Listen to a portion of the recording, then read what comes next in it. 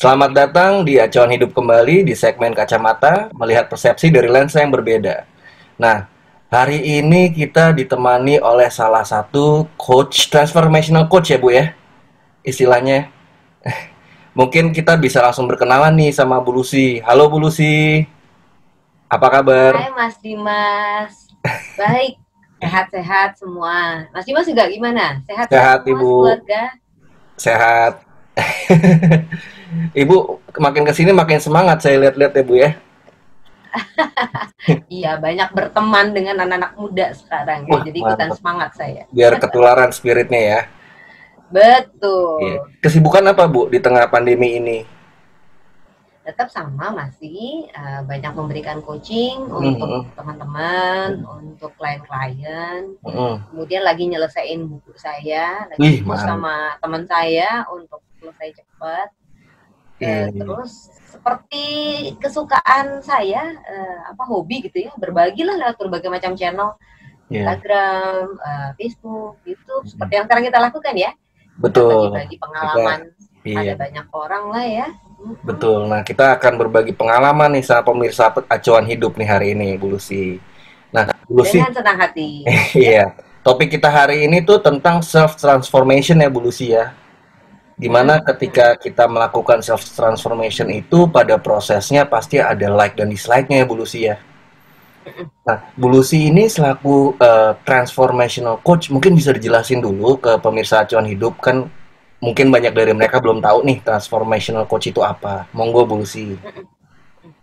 Eh, Macem-macem sih ya arti dari istilah itu tuh ya Mas ya. Tapi sebenarnya gini, pada saat kita melakukan sebuah transformasi, itu kita nggak bisa sendirian. Perlu banget bantuan dari orang. Nah, tugas-tugas kami nih dari para transformation coach ini adalah nemenin orang-orang yang lagi mau bertransformasi, gitu, mengubah hidup mereka ke arah yang lebih baik. Nah, kan sebetulnya perubahan itu ada yang namanya change. Change itu berubah, tapi lantas yang kita tuju sebetulnya lebih kepada transform. Berubah menjadi sesuatu yang berbeda. Dalam hal ini tentunya berubah menjadi sesuatu yang lebih baik ya. Bukan hanya berubah saja, tapi menjadi sesuatu yang lebih baik. Nah, transformation coach itu menemani orang-orang yang mau berubah dan kemudian membimbing mereka dengan menggali uh, sehingga orang-orang tersebut bisa menemukan jawaban sendirilah gitu ya. Tentunya karena setiap orang itu kaya raya, banyak sekali yang mereka punya, cuma Ya. kadang-kadang mereka nggak sadar. Nah, kita tuh nemenin mereka untuk akhirnya mereka menemukan sendiri apa yang perlu mereka lakukan untuk bisa bertransform dengan lebih baik. Kalaupun mereka nggak punya, maka dengan pertemuan dengan kami, diharapkan mereka menyadari bahwa sebetulnya mereka bisa mencari bantuan dari orang-orang sekitar mereka. Dan caranya gimana? Gitu. Kurang lebih kayak gitu deh, tugas dari kami untuk nemenin teman-teman. Jadi mengeluarkan sisi terbaik dari diri para coachingnya ya Bu ya.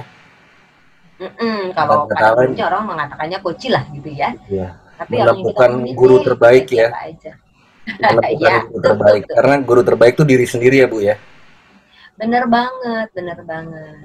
Nah, kadang kita tuh nggak sadar kita punya apa. Nah, para coach itu membantu kita untuk menyadari potensi kita. Jadi dengan ngobrol dengan para coach, teman-teman bisa menemukan sebuah insight yang akhirnya membongkar diri teman-teman, menemukan apa yang paling penting untuk teman-teman, terus jadi tahu sebetulnya punya apa saat ini, apa yang perlu dikembangkan, menyadari berbagai macam hal untuk mulai melakukan sesuatu yang kata modernnya adalah bisa move on gitu ke suatu tempat yang lebih baik. Kemudian berubah mindset, ya, pola pikir, bukan hanya merubah mindset, tapi juga menjadikan mindset itu sebuah program yang baru, Mas, Ya. yang lebih memberdayakan, sehingga kita bisa menjalani kehidupan ini dengan program yang baru, dan kita bertransformasi dari orang yang bentuknya A menjadi orang yang bentuknya A plus. Kurang lebih kayak Arahnya gitu lah. ya. Arahnya tuh Arahnya lebih gitu. baik ya. Lebih baik. Mm-mm. Kenapa lebih baik? Karena kan gini, eh, segala sesuatu berubah ya kan Mas, dalam kehidupan ini. Kita udah bagus, udah baik nih, tapi lingkungan kita berubah. ya, market kita berubah, misalnya kalau orang bisnis gitu kan, Ya, anak-anak berubah kalau ibu-ibu, suami berubah kalau istri gitu kan, jadi sebetulnya banyak hal yang selalu berubah di sekitar kita. betul. Nah, kita itu perlu terus mengembangkan diri Iya, supaya kita juga bisa keep up sama perubahan-perubahan itu. Dan betul. tentunya perubahan-perubahan itu harus selalu menjadi yang lebih baik Ke untuk arah kita yang kan, lebih baik ya. perubahan dalam diri kita. Nggak bisa tuh yang namanya udah bagus lantas stagnan, kita tetap di situasi karena segala sesuatu berubah di sekitar kita, kita harus keep up. Biasanya yang kayak gitu tuh yang stagnan yang udah merasa puas ya, Bu. Mm-mm. Padahal masih Udah banyak merasa area yang bisa puas, dikembangin di luar pandangan iya, seperti itu. karena Bu sebenarnya Lucy, potensi kita sebagai manusia tuh nggak terbatas gitu loh Mas. iya benar, benar banget. Bu Lucy, kalau Hmm. boleh tahu nih pemirsa di rumah dari Acuan Hidup kan juga kadang-kadang mereka malah belum tahu juga nih apa sih yang membuat kita tergerak untuk berubah. Biasanya latar belakang apa yang bikin orang tuh pengen banget untuk self transformation? Gimana Bu Iya. Lucy? Kalau dari pengalaman aku nih ya teman-teman ya, pengalaman aku tentang transformasi itu gini, biasanya transformasi itu urutannya begini, dari mulai awareness, kemudian terjadi change, barulah terjadi transformasi. Nah, kebetulan singkatannya jadi ACT tuh, ya Act, kan? awareness, Awareness, change, transformation. Nah, transformation. berarti kan ada tindakan di dalam sebuah proses transformasi. Benar nggak, Mas? Benar. Ini Dimas nih sebetulnya salah satu contoh dari teman aku yang sudah transform dengan cakep banget, ya nggak, Mas? Nanti Makasih. tentu teman-teman di Acuan Hidup udah kenal Dimas ya, dan bagaimana melihat proses perubahan transformasinya Dimas. Itu adalah contoh yang bagus banget.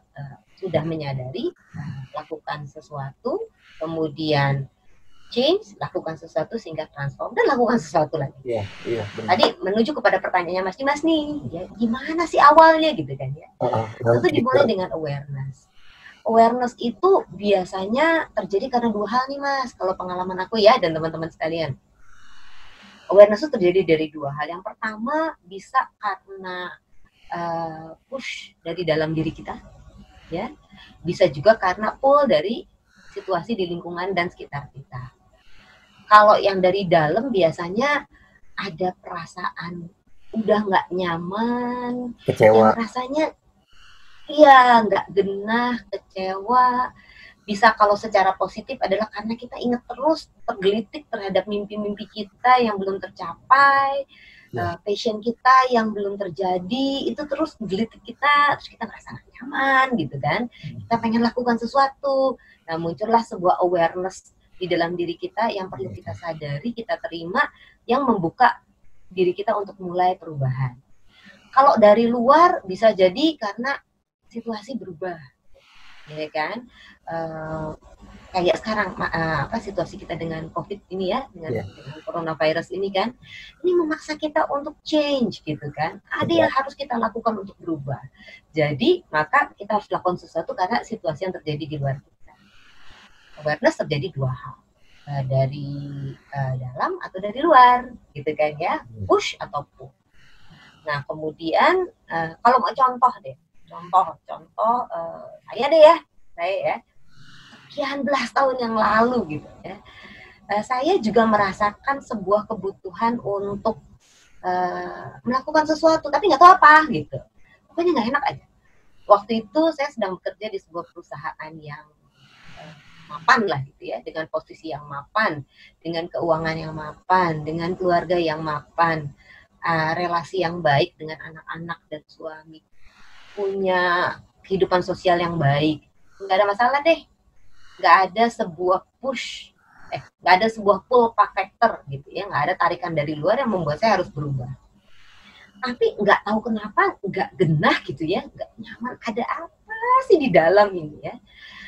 Kalau kita bicara soal passion, ada sesuatu yang sebetulnya jadi dream saya dari dulu waktu saya muda gitu ya, waktu saya kecil, dari mulai kuliah gitu, adalah sebuah dream untuk punya manfaat kepada banyak orang, berbagi kepada banyak orang, yang ternyata tidak saya lakukan ketika saya bekerja secara profesional di sebuah perusahaan tadi, karena waktunya habis dengan bekerja.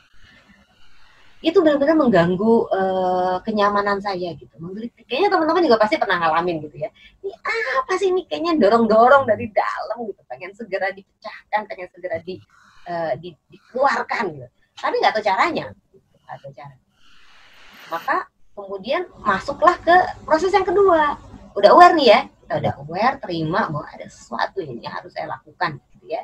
Kemudian masuklah ke proses yang kedua. Apa tadi kedua mas? Change ya, berubah gitu ya. Nah dalam berubah itu ternyata ada dua hal juga nih gitu ya. Kita kadang-kadang dalam berubah itu pasti ada rasa nggak nyaman, ya kan? Setiap perubahan biasanya akan menimbulkan rasa nggak nyaman. Rasa nggak nyaman dari dalam diri kita karena kita melakukan sesuatu yang nggak biasa gitu kan ya. Tapi juga perasaan yang nggak nyaman dari lingkungan kita yang ngelihat kita berubah gitu. Karena kok kayak gini sih gitu, kok jadi berubah sih. Ada kadang-kadang bahkan bisa jadi friksi ya mas ya. Bisa jadi terjadi konflik-konflik karena kita berubah gitu. Jadi bisa jadi timbul perasaan nggak nyaman.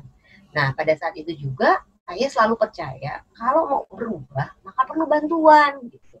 Perlu bantuan dari orang-orang. Carilah bantuan supaya kita bisa berubah dengan lebih baik, lebih cepat, lebih efektif, lebih sasarannya lebih tepat, lebih tertuju kepada apa yang kita mau. Benar. Waktu itu sambil cerita contoh-contoh sekalian boleh mas ya? Boleh banget Bu. Teman-teman berasa. Tadi kan saya ngerasa pengen melakukan sesuatu. Terus akhirnya saya memutuskan pada saat itu untuk bertemu dengan orang-orang yang bisa membantu saya. Waktu itu saya ketemu beberapa coach. Zaman dulu 10 tahun yang lalu lah ya, itu udah mulai ada juga para coach kan. Kalau sekarang udah banyak sekali ya coach, tapi dulu nggak sebanyak sekarang, tapi udah ada. Saya ketemu dengan beberapa coach saya, kemudian saya berdiskusi dengan mereka. Dalam prosesnya saya memahami bahwa ternyata saya itu takut untuk berubah pada saat itu. Saya takut untuk merombak diri saya keluar dari zona nyaman karena sudah sangat nyaman gitu. Itu ketakutan terbesar saya. Lantas dengan ngobrol dengan para coach itu, saya memahami bahwa saya punya loh potensi untuk bisa keluar dari zona nyaman. Pada saat itu, saya mendapatkan begitu banyak bantuan dari para coach saya untuk percaya diri, berbuat sesuatu, menggerakkan diri dan action saya menuju kepada passion saya tadi. Dan saya berhenti bekerja pada saat itu. Itu berapa tahun berhenti bekerja mas? Berapa tahun yang lalu Bu? Ya? 10 tahun yang enggak lah, itu saya berhenti itu 2012 akhir. 8 tahun yang lalu ya? Akhir. Iya, kurang lebih lah ya. Nah, terus yang terjadi luar biasa tuh mas. Waktu saya berhenti bekerja, banyak sekali orang yang marah. Satu, saya nggak nyaman sama diri saya sendiri, nggak tahu harus ngapain, beneran. Apa yang saya lakukan kayaknya salah semua. Mau pursuing my passion untuk memberikan pelatihan gitu ya, nggak ada yang berhasil, ya kan? Nggak ngerti harus ngapain, sampai agak frustasi pada saat itu, ya nggak tahu harus ngapain. Yang menarik, proyek-proyek yang saya sudah rancang dengan sebuah keyakinan itu berhasil pun gagal pada saat itu. Itu nggak nyamannya diri sendiri tuh ya, nggak tahu what to do. Tahu ya, untuk mulai sesuatu butuh pengalaman, butuh jam terbang. Nah pada saat itu saya nggak sabar, jadi saya ngerasa nggak nyaman. Terus yang nggak nyamannya dari lingkungan, yang jelas orang tua marah. Anggapan bahwa kamu tuh ya bodoh sekali, udah ada di sebuah perusahaan yang luar biasa dengan jabatan yang bagus, dengan penghasilan yang enak gitu. Terus kamu berhenti, kamu tuh benar-benar bodoh meninggalkan itu semua, kan ya? Satu lagi, kamu tuh adalah pribadi yang tidak bertanggung jawab. Kamu tidak memikirkan bagaimana masa depan anak-anak kamu, wah gitu kan ya. Bagaimana dengan keluarga kamu? Kamu kan harus membiayai juga keluarga besar kamu. Wah, pokoknya seru banget ya. Jadi ketidaknyamanannya betul mas, dialami oleh diri saya dan orang lain. Yang tadi Dimas katakan tepat mas. Apa yang kita lakukan pada saat kita mulai proses transformasi itu pasti bikin nggak nyaman. Banget Bu. Banget. Terus setelah change, tapi saya terus jalani, move on, belajar terus, saya mulai bertransformasi. Dari Lucy yang nggak percaya diri, takut untuk memulai, sampai akhirnya menjadi Lucy yang paling tidak pada saat itu mulai percaya diri bahwa saya bisa dan saya mau mencoba. Dan saya mulai belajar network kepada berbagai macam orang yang dulu tidak pernah jadi teman-teman saya. Mulailah ke proses transformasi. Saya jadi orang yang berbeda. Nah, pada saat bertransformasi, sama juga. Kemudian kita jadi orang yang berbeda, ya kan Mas? Iya. Lucy yang dulu jadi orang yang berbeda, jadi Lucy yang sekarang yang lebih percaya diri, lebih melihat secara positif. Benar. Yang terjadi sama, ada penolakan-penolakan yang terjadi dari lingkungan juga. Teman-teman yang dulu kayaknya sama-sama orang kantoran, yang safe player gitu, mulai bilang sama saya, kamu nggak sama seperti yang dulu, kamu udah nggak asik lagi, kamu udah bukan teman yang menyenangkan, karena kamu sekarang bicaranya berbeda gitu, cara ngomong kamu beda, cara berpikir kamu beda, nggak asik deh. Saya mulai sedih tuh, kenapa teman-teman yang selama ini hang out sama saya mulai kayaknya menjauhi saya gitu ya, atau mencoba mempengaruhi cara berpikir saya untuk kembali masuk ke zona yang tertutup lagi. Nah, waktu itu tibalah saatnya deh, pada saat kita dalam proses transformasi, Mas, itulah saatnya untuk kita juga melihat bahwa udah waktunya kita mungkin juga meninggalkan hal-hal yang udah nggak cocok dengan versi diri kita yang sekarang. Karena buat kita, ketika kita berubah menjadi orang yang lebih baik, yang berbeda, akan ada orang-orang yang ingin menarik kita kembali ke tempat yang lama. Gitu. Maka yang perlu kita lakukan adalah mulai memetakan siapa orang-orang yang di sekitar kita, siapa orang-orang yang bergaul terus sama kita setiap hari, dan apakah orang-orang tersebut orang-orang yang mendukung proses transformasi kita dan bisa menjadi cocok untuk diri kita di versi yang baru, atau mereka orang-orang yang mungkin sudah tidak cocok dan perlu kita tinggalkan.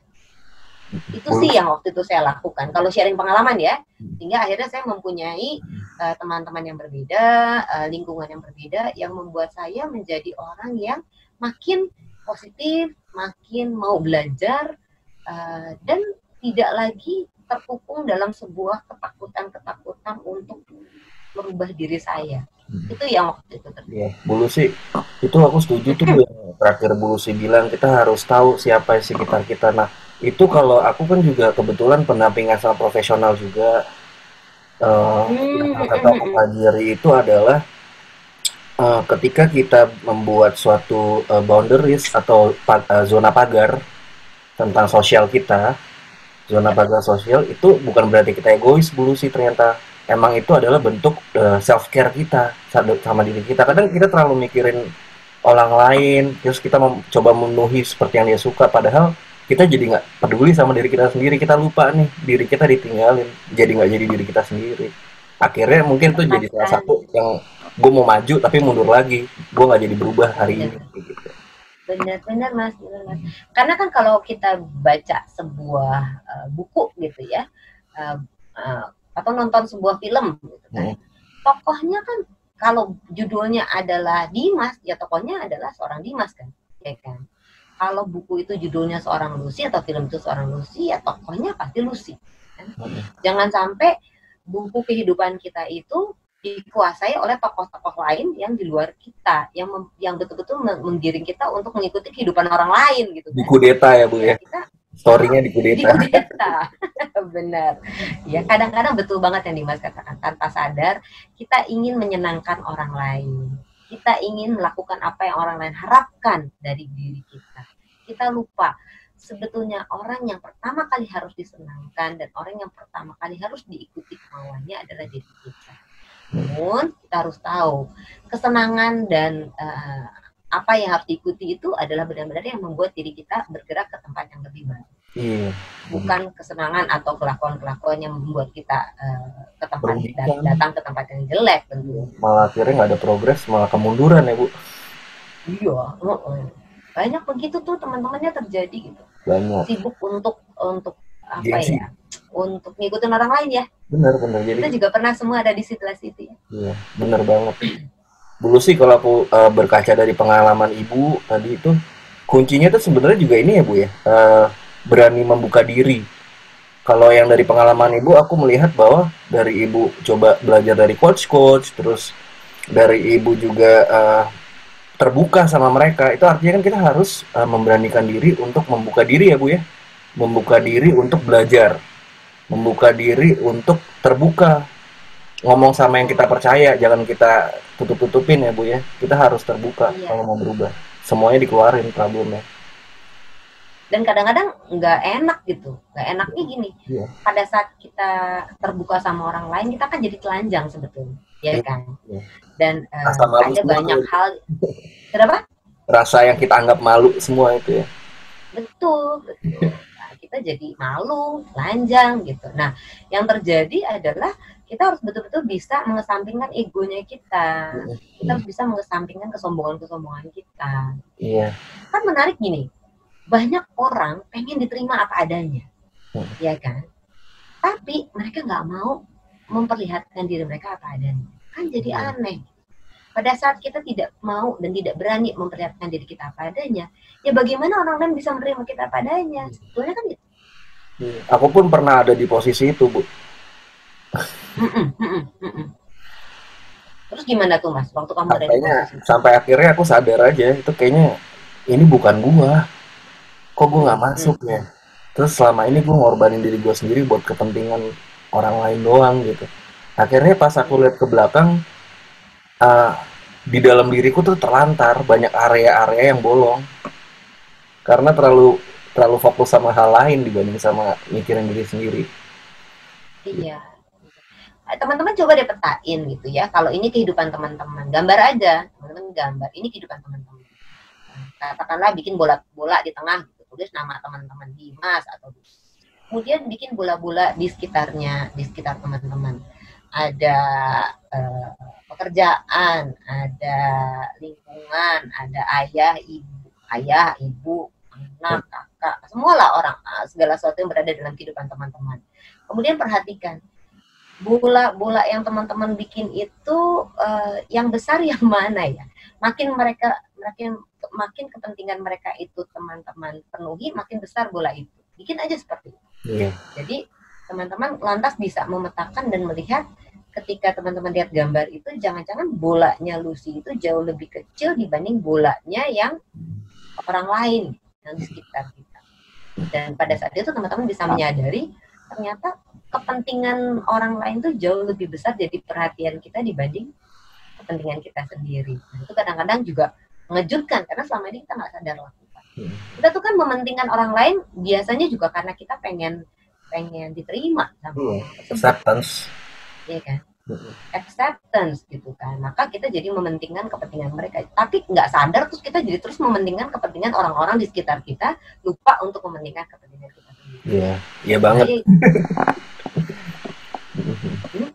Nah, Coba deh bikin bola-bola itu. Saya waktu itu pertama kali bikin ya, saya jadi bingung. Kenapa bola saya itu lebih kecil dibanding beberapa bola yang ada di sekitar saya? Berarti selama ini fokus hidup saya bukan saya dong, gitu kan? iya. Fokus Menarik. saya adalah kepentingan orang-orang. Nah, bagaimana menyeimbangkan? Silakan teman-teman analisa itu Menarik sendiri. banget. Menarik banget. Ini jadi bentuk refleksi diri ya Bu Lucy ya. Ya. Kita bisa mencoba mengimajinasikan bola-bola mana kira-kira yang selama ini lebih besar. Dan itu kan akhirnya jadi coaching diri sendiri ya Bu. Dari refleksi itu. Iya, iya. Kita akan menemukan jawabannya sendiri. Betul, betul. Nah, setelah kita sadari, kira-kira misalnya katakanlah ternyata selama ini fokus saya itu lebih menyenangkan anak-anak saya misalnya dibanding diri saya sendiri.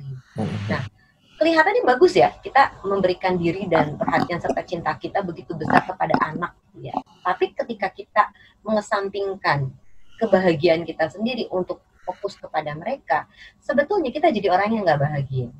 Nah, pada saat kita jadi orang yang nggak bahagia dan nggak jadi orang yang penuh, maka anak kita juga nggak akan bahagia. Iya. Karena teorinya gini lah, gampangannya teman-teman. Kita hanya bisa memberikan sesuatu yang sudah kita miliki. Kalau kita nggak punya kebahagiaan, bagaimana kita bisa memberikan kebahagiaan itu kepada orang lain? Kalau kita nggak penuh, gimana kita bisa memberikan kepenuhan kepada orang lain? Kalau kita nggak mencintai diri kita, bagaimana kita bisa memberikan cinta itu kepada orang lain? Nggak bisa. Dan energi dari being a victim itu juga akan dirasakan oleh anak-anak. Kalau tadi contohnya anak ya, atau pekerjaan kita, atau pasangan kita, atau teman-teman kita, atau siapapun. Nah, itu kalau tadi kan berarti kita udah ngomong sampai transformasi dan pengalaman Bu Lucy nih. Nah, sekarang kita yang seperti kita tahu secara umum itu pasti kalau berubah kan ada kesukaan dan ketidaksukaan, like and dislike ya Bu ya. Nah, ini kadang-kadang buat teman-teman di rumah juga tuh like and dislike bisa jadi bagus, bisa jadi nggak bagus. Kalau kita denger yang jelek dikit, aduh gue ragu nih untuk maju lagi. Padahal dia 75% maju dikit lagi. Cuma karena nilai setitik doang dia mundur gitu. Nah, gimana Bu kira-kira untuk ngatasin like and dislike? Untuk kita tetap bisa maju aja gitu. Iya. Balik lagi, ketika orang mengatakan suka atau nggak suka, itu kan artinya orang itu memberikan feedback kepada kita kan. Ya. Tergantung bagaimana kita mau melihat feedback itu. Kalau feedback itu kita lihat sebagai sebuah ancaman, gitu, ya tentu kita jadi terganggu, ya kan? Misalnya, katakanlah Lucy memberikan sharing seperti ini, gitu ya, Lucy memberikan sharing. Lagi semangat-semangatnya nih berbagi nih, gitu. Tiba-tiba ada seseorang yang bilang, si A deh bilang, terus ngapain sih? Ngapain sih sharing-sharing begitu? Gak ada yang denger juga, gitu kan? Ya udahlah, berapa orang sih yang bakal denger? Kamu kan gak punya banyak pengikut seperti si C, si D gitu kan. Ngapain? Saya mulai ragu-ragu lagi. Juga ya. Ngapain ya? Cara kamu ngomong juga nggak enak gitu, nggak seru gitu. Jangan-jangan saya nggak bagus nih untuk sharing gitu kan ya. Seperti yang tadi di semangat 45 di awal nih gitu kan. Terus lama-lama kena feedback bagaimana? Nah, pada saat mendapatkan feedback yang negatif seperti itu, tipsnya adalah satu, orang pada saat ngasih feedback ke kita tuh pakai usaha, ya kan? Dia kan mengeluarkan sebuah usaha untuk memberikan feedback kepada kita kan? Pakai analisa juga kan? Iya, terima kasih atas usaha Anda memberikan saya feedback. Itu pertama, hargailah orang-orang yang memberi Anda feedback, baik itu positif maupun negatif. Dan feedback itu anggaplah sebagai sebuah hadiah dari orang-orang yang care kepada Anda gitu. Baik itu yang baik maupun yang positif, baik itu yang positif maupun yang kritik gitu ya. Anggaplah sebagai hadiah dan hargai itu. Terus yang kedua, pilih-pilih. Nggak semua feedback juga harus dimasukin ke hati, gitu kan? Kalau feedbacknya itu datang dari orang yang kompeten, yang memang di bidangnya, dengarkan, ya kan? Tapi kalau feedback itu datang dari orang-orang yang memang tidak kompeten di bidangnya dan juga nggak punya intensi baik untuk Anda, apa untuk subjektif ya Bu? Iya, lewatin aja. Ya kan, nggak semua feedback juga harus benar-benar dimasukin ke hati. Benar. Lewatin aja. Terima kasih sudah berusaha untuk memberikan saya feedback. Udah, saya mau fokus kepada feedback-feedback yang memang datang dari orang yang kompeten. Jadi dipilih tuh feedback-feedback yang benar-benar mau ditindaklanjuti gitu ya, yang perlu didengerin, direnungkan itu adalah feedback-feedback yang memang betul-betul datang dari orang yang kompeten. Nah, yang menarik, kadang-kadang orang yang kompeten pun cara ngasih feedbacknya bisa enakan, bisa enggak, ya enggak? Benar banget. Benar. Ada yang ngasih feedback dengan, iya kan? Feedbacknya nggak enak, tapi caranya ada orang yang, kenapa Mas? Feedbacknya tuh nggak enak, tapi cara nyampeinnya bisa sama kita. Benar banget. Bisa jadi orang kompeten di bidangnya. Kalau tadi contohnya Lucy, misalnya ada seseorang yang udah sangat berpengalaman dan betul-betul jagoan di bidang sharing di sosial media misalnya. Kemudian dia memberikan feedback pada saya. Berarti kan harus saya dengarkan karena dia datang dari orang yang kompeten. Bisa jadi dia menyampaikannya dengan cara yang manis, dengan cara yang penuh empati, dengan memperhitungkan respek kepada saya, sehingga saya bisa menerimanya dengan enak. Tapi bisa jadi omongannya tuh nggak enak banget, ya kan? Katakanlah bahasanya tajam, menusuk, bahkan dengan kata-kata yang bikin saya menjadi tersinggung. Nah, sekarang ketika teman-teman tahu bahwa feedback tersebut datang dari orang yang kompeten dan patut didengarkan, tapi caranya nggak enak, ya udah ambil aja message-nya, jangan dengerin caranya. Iya sih. Kalau saya menganalogikannya gini Mas, Kita uh, pernah pernah punya pengalaman kan pasti datang ke tempat ibadah di mana pemuka agama kita menyampaikan sebuah khotbah berdasarkan ayat-ayat dari kitab suci kita lah ya. Kalau teman-teman di yang muslim itu ustadznya bicara gitu, kalau kita yang Katolik, yang Kristen itu mungkin pendeta maupun pastor yang bicara. Pernah nggak ngalamin bener-bener ngantuk banget karena mereka ngejelasinnya nggak asik, ya kan? Nah, pada saat itu kan pilihan kita dua, mau kita ambil ayatnya, mau kita ambil message-nya, atau kita mau fokus pada cara ngebawainnya. Kalau emang cara ngebawainnya nggak enak kan, ya ambil aja message. Gitu loh, Iya sih. analogi saya kayak gitu. Bener-bener. Jadi pada saat dapetin feedback yang nggak enak tapi orangnya kompeten dan kita tahu itu bagus, ya nggak usah fokus kepada caranya, fokus aja sama message-nya. Oh itu baik untuk kita. Iya. Itu sih Mas kalau pengalaman aku. Iya sih. Dengan kita bisa filterisasi semua feedback yang masuk ke kita, positif maupun negatif, kita otomatis bisa lebih pede ya Bu ya. Oh pede aja, kita tetap harus jalan nih ke depan. Tinggal 25% lagi kok misalnya gitu ya Bu ya. Iya. Sepenting apa sih proses transformasi ini untuk Anda? Kalau itu penting banget, maka apapun yang menjadi halangan harusnya tidak menghalangi langkah teman-teman untuk move on, untuk maju bertransformasi. Yes. Kalau itu memang penting. Iya, seberapa pentingkah itu untuk saya gitu ya Bu ya? Itu pertanyaannya. Kita mau berubah ini seberapa pentingkah? Itu harus kita sadarin juga ya Bu. Iya. Bu, ini kebetulan nih kemarin ada yang email ke acuan.hidup@gmail.com. Terus ada beberapa teman-teman juga yang sharing. Ya itu kondisinya tuh bikin aku sedih juga sih sebenarnya Bu. Karena di tengah pandemi ini ternyata banyak banget yang bilang, Mas, ini tuh saya perusahaannya terancam tutup dan saya terancam PHK. Tapi kalau saya ngomong tentang perubahan yang saya alami ini ke istri, saya malu. Gimana ya? Terus saya bilang, Mas, memang kalau misalnya Mas itu belum bisa tenang, mendingan tenang dulu. Sekarang di situasi seperti ini yang penting Masnya tenang dulu, jangan berpikir apa-apa karena ide itu percuma nggak akan keluar gitu. Yang saya terkejut adalah bahwa, waduh, saya udah nggak bisa mikir apa-apa lagi nih. Bener-bener udah kayak, aduh, gue kayaknya udah nggak bisa apa-apa lagi gitu, kayak linglung. Itu kasihan banget Bu, karena kan all of sudden happening gitu. Itu gimana ya Bu? Maksudnya dia tahu dengan perubahan karena masa sulit ini dia harus berubah, harus transformasi ke diri dia yang mungkin harus lebih kreatif untuk cari uang gitu. Tapi di satu sisi untuk ngakuin situasi yang real, yang nyatanya bahwa dia itu dipecat, akhirnya dia malu ngomong sama keluarganya, ngomong sama istrinya. Jadi kan gimana ya, orang juga susah untuk membantu dia karena nggak tahu situasinya yang real. Itu gimana Bu untuk dia berani membuka diri untuk mau berubah, itu gimana ya Bu ya? Untuk dia mengatakan yang apa adanya. Ini koneksi gitu. Internetnya nih Mas. Halo? Halo Bu Lucy? Nah, ya udah. Sekarang udah. Tadi koneksi internet. Iya. Kita silahkan lanjut.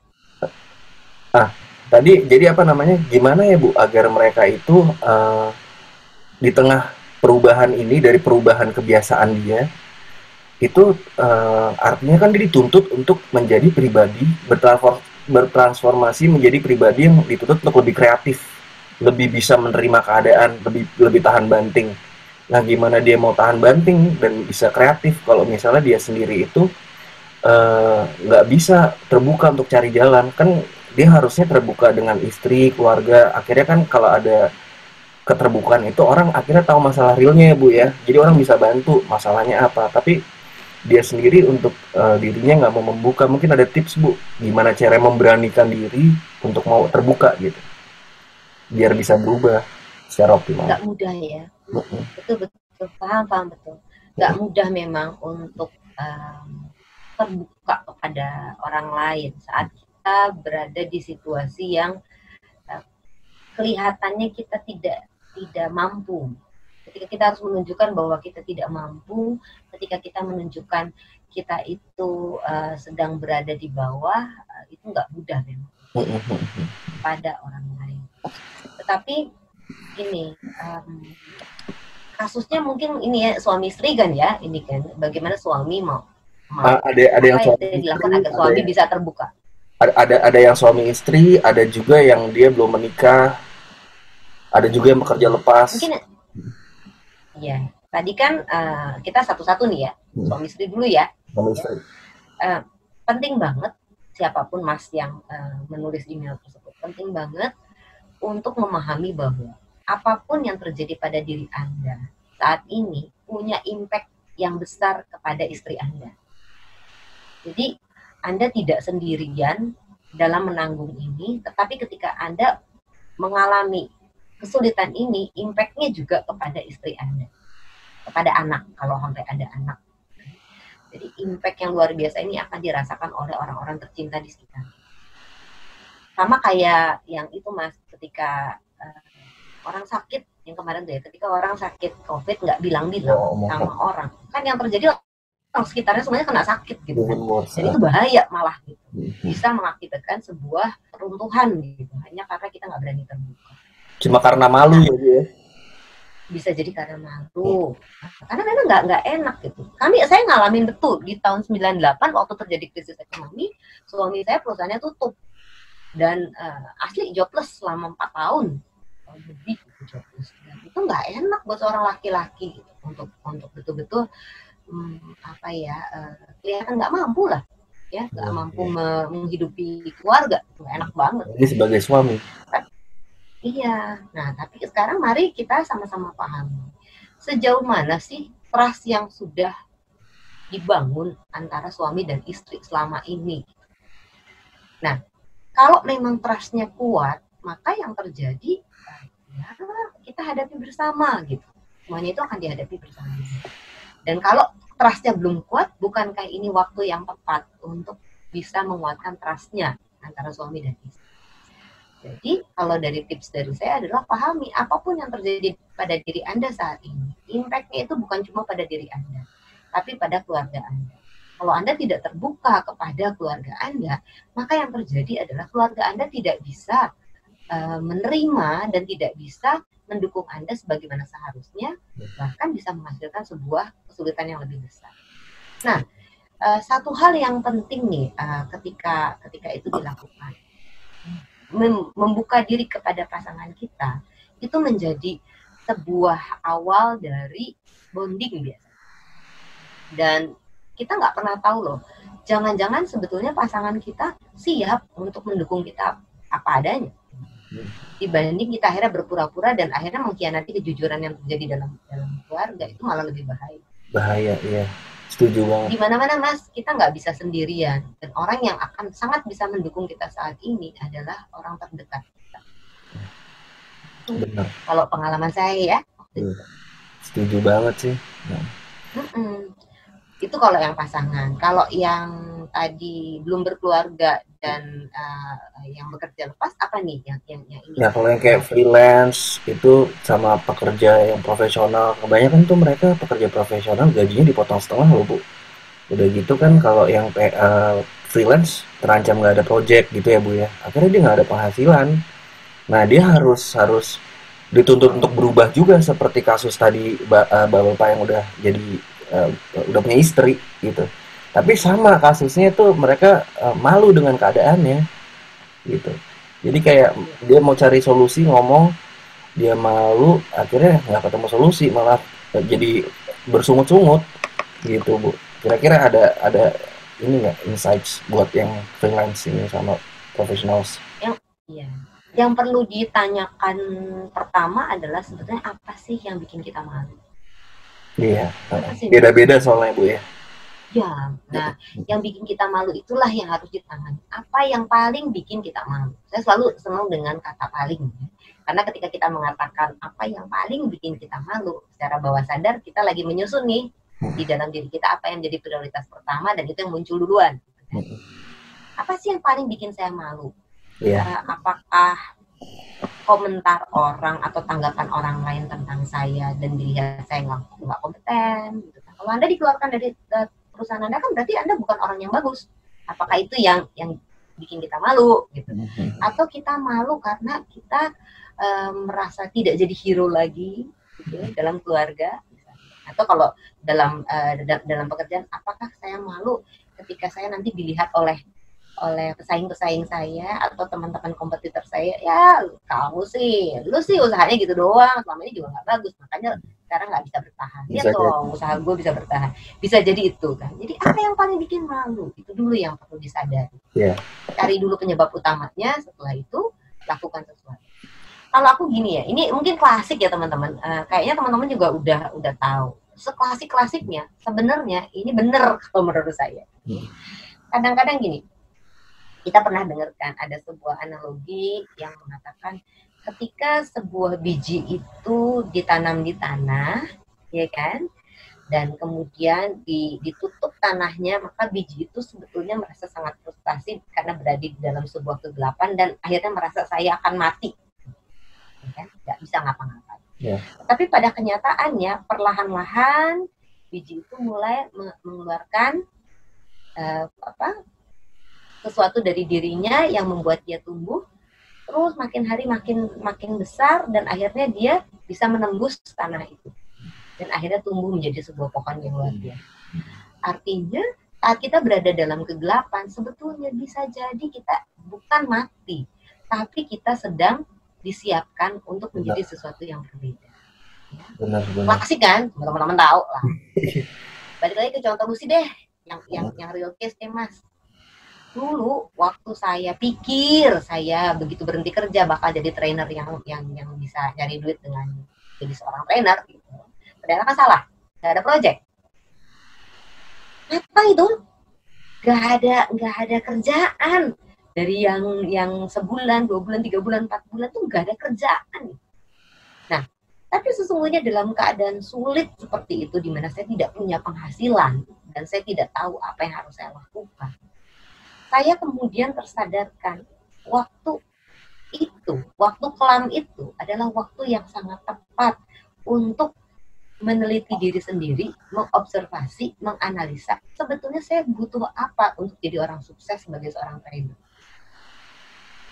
Ya kan? Saya akhirnya menyadari yang paling tidak saya miliki untuk menjadi seorang trainer yang sukses bukan pengetahuan, mungkin pengalaman sedikit, tapi yang paling saya butuhkan adalah pengetahuan tentang marketing, sales. Jadi bukan pengetahuan tentang ilmunya ya, tentang ilmu yang mau saya bagikan gitu, tapi lebih kepada pemahaman, pengetahuan, pengalaman tentang sales. Jadi saya belajar tentang sales, mulai ikut training sales, mulai training sales yang door to door sampai ada sales strategi, saya ikuti tuh training-trainingnya tuh, kan? Yang kayaknya nggak nyambung ya antara seorang trainer dengan sales. Tapi ternyata dengan belajar sales itu saya jadi ngerti memposisikan diri ketika saya berbicara kepada orang lain. Apa yang penting untuk orang lain? Apa yang menjadi fokusnya orang lain yang perlu saya penuhi? Itulah orang-orang sales pasti ngerti lah. Sehingga saya bisa memberikan training saya dengan jauh lebih baik karena saya fokusnya adalah kepentingan customer, bukan kepentingan saya. Iya. Kemudian saya bisa menjual produk-produk saya jauh lebih baik dibanding sebelumnya. Di bulan ke-4 mulai ada satu proyek. Bulan ke-5, ke-6 lama-kelamaan proyek itu jadi berjalan dan saya bisa mencukupi kehidupan saya dengan training pada saat itu. Ya, karena dulu saya mulai dari karir saya dengan training. Artinya teman-teman tadi, para freelance dan teman-teman yang bekerja sekarang yang sedang mengalami saat-saat tidak mudah lah ya dari sisi penghasilan. Bayangkan ketika COVID ini berlalu, karena kita tahu ini akan semua berlalu. Tidak ada sesuatu yang buruk itu tidak berlalu. Badai pasti berlalu. Ya, betul. Hujan pun akan jadi terang suatu saat gitu kan ya. Malam pun akan jadi gelap. Segala sesuatu akan berlalu. Segala sesuatu yang jelek akan berlalu.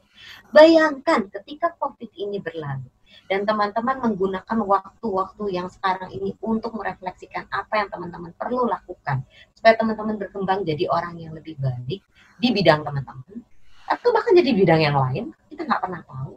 Dan ketika COVID ini berlalu, teman-teman sudah bertransformasi menjadi orang yang lebih berdaya pada saat COVID ini selesai. Contoh misalnya, nggak pernah tuh saya mikirin harus jualan makanan online, harus jualan masker online, harus bikin disinfektan dan kemudian kita jual kepada orang-orang di sekitar kita. Kita beli satu drum, kita bagi-bagi, kan? Dan kita bikin jadi lebih kecil, kita jual. Nggak pernah kepikiran tuh pada saat sekarang ini jualan webinar gitu kan kepada orang-orang. Nggak tahu juga caranya gimana gitu kan, ya kan? Akhirnya teman-teman belajar untuk tertatih-tatih, mulai lakukan hal yang di luar comfort zone teman-teman, di luar kompetensinya teman-teman. Bayangkan ketika COVID ini selesai, maka teman-teman jadi orang yang mampu melakukan apa saja. Benar banget. Kan ketika kita selesai dan berhasil mengatasi sebuah tantangan, kita udah jadi orang yang berbeda sebetulnya. Iya. Secara nggak sadari udah transform. Jadi orang lebih kuat, jadi orang yang lebih kreatif. Itu modal utama. Ketika kita selesai dari COVID ini, kita akan jadi kita akan jadi orang yang jauh berbeda untuk bisa mengatasi tantangan apapun yang di depan. Jadi lihatnya dari sudut pandang itu. Benar sih. Nggak mudah, tahu nggak mudah. Satu ya, transformasi saya. Saya betul menyadari bahwa suami saya benar selama ini menyuruh saya untuk menabung. Itu hal yang tidak saya lakukan dari dulu sebelum COVID. Karena saya ngerasa selalu akan ada uang masuk dan saya merasa nyaman. Kenapa harus ditabung? Nikmati aja dong penghasilan saya. Dan saya tidak pernah mencatat secara detail pengeluaran saya. Itu saya nggak lakukan, teman-teman. Secara financial person, saya adalah orang yang cuek, ya kan? COVID ini bikin saya betul-betul menyadari apa yang dikatakan oleh suami saya itu benar. Menabung itu menjadi sebuah kekuatan ketika terjadi krisis. Dan itu saya sadari betul saya tidak lakukan. Mencatat penghasilan menjadi sebuah peta untuk tahu sebetulnya kekuatan ekonomi kita kayak apa dan bagaimana kita mampu menyiapkan diri ketika terjadi sebuah krisis. Itu juga tidak saya lakukan. Ketika krisis ini selesai, teman-teman, saya akan jadi orang yang berbeda. Saya akan lebih menghargai tabungan. Saya akan lebih menghargai catatan-catatan di bidang keuangan saya. Suami saya itu nabung benar-benar digulung-gulung uangnya, Mas. Jadi uang digulung-gulung, taruh di kaleng. Dia punya banyak tempat kayak gitu di rumah. Of course di bank dia punya juga. Tapi itu dia lakukan. Setiap ada uang sisa lebih, dia akan gulung, dia taruh di tabungan. Itu saya ketawain. Berapa sih ujungnya gitu, kayaknya uang digulung-gulung gitu. Udahlah, dinikmati aja. Kita kan kerja capek-capek untuk menikmati. Itulah alasan saya selama ini. Dia sebel sih sama saya. Tapi sekarang gulungan uang itu benar-benar jadi harta karun buat dia. Iya.